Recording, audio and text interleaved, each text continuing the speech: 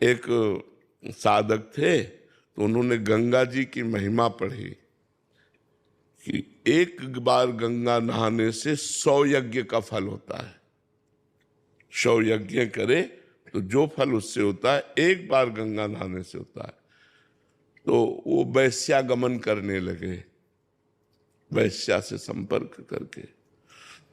तो जब उनसे लोग कहते कि भगत जी रोज गंगा नहाने जाते हो और वैश्या के पास भी जाते हो, तो कहते तुम्हें क्या पता गंगा नहाने से 100 यज्ञ का फल होता है, वैश्या 1-2 यज्ञ का फल ले लेगी। तो गंगा मैया को लगा कि हमारी महिमा को कलंकित कर रहा है, तो एक बालिका के रूप में जब वो नहाने गया तो सफेद कपड़ा लेकर गंगा के जल में डालती और फिर बालों में कर देती, फिर जल में डाल धोती, साफ हो जाता, फिर बालों में कर देती। तो महात्मा जी सोच रहे थे कि लंगोटी पे हम स्नान करेंगे, बालिका चली जाए तो फिर, और थोड़ी देर खड़े रहे, बस वो वही क्रिया जल में डालकर स्वच्छ करना और फिर बालों में गंदा कर देना। तो है बार बार धोती हो गंदा करती, जब धोती है तो गंदा क्यों करती हो, गंदा ही करना तो धोती क्यों है। तो ऐसे थे।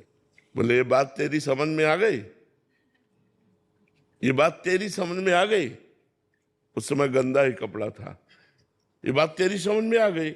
जब तुझे पाप ही करना है तो गंगा क्यों नहाता है, जब गंगा नहाता है तो पाप क्यों करता है। देख तेरी यही दशा है, उस समय कपड़ा गंदा था, तेरी यही दशा है, जब तू मरेगा तो नरक जाएगा, क्योंकि तू गंगा स्नान का दुरुपयोग कर रहा है। कि भाई 100 यज्ञ का फल मिलता है, 2-4 यज्ञ का फल ले लेगी, शेष तो हमें बचा रहेगा। तो हम लोग क्या करते हैं कि जब हमारा पाठ पूजा और नाम जप हो जाता है तो मन कहता है ये तो हो गया ना, अब चलो और करते हैं, मनोरंजन करते हैं, फिर वो गलत आचरण।